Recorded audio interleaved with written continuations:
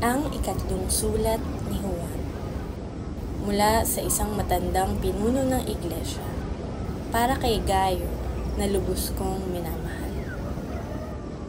Mahal kong Gayo, idinadalangin kong ikaw sana'y nasa mabuting kalagayan at malusog ang katawan, tulad ng iyong buhay espiritual na alam kong nasa mabuting kalagayan.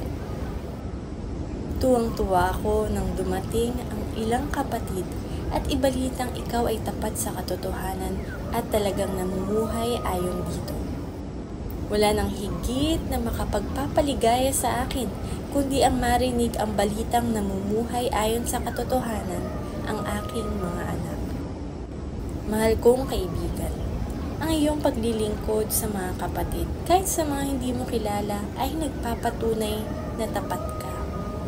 May mga nagbabalita sa iglesia rito tungkol sa iyong pag-ibig.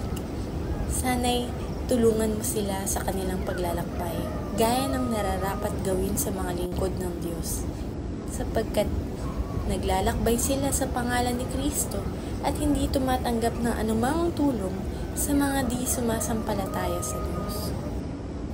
Dapat natin silang tulungan upang tayo'y makabahagi sa pagpapalaganap ng katotohanan. Sumulat ako sa iglesia, subalit hindi binigyang pansin ni Diotrephes ang aking kapangyarihan. Ang hangad niya'y siya ang kilalaning pinuno ninyo. Kaya't pagpunta ko dyan, uungkatin ko ang lahat ng ginawa niya at ang mga kasinungalingang sinabi niya laban sa amin. At hindi pa siya nasiyan doon, ayaw niyang tanggapin ang mga kapatiran na dumarating at hinahadlangan pa niya at itinitiwalag sa iglesia ang mga nais tumanggap sa mga iyon. Minamahal, huwag mong tularan ang masamang halimbawang ito. Ang tularan mo ay ang mabuti, sapagkat ang gumagawa ng mabuti ay anak ng Diyos. Ang gumagawa ng masama ay hindi pa nakakakilala sa Diyos. Mabuti ang sinasabi ng lahat tungkol kay Demetrio, at iyan ay makikita sa kanyang magandang pag-uugali.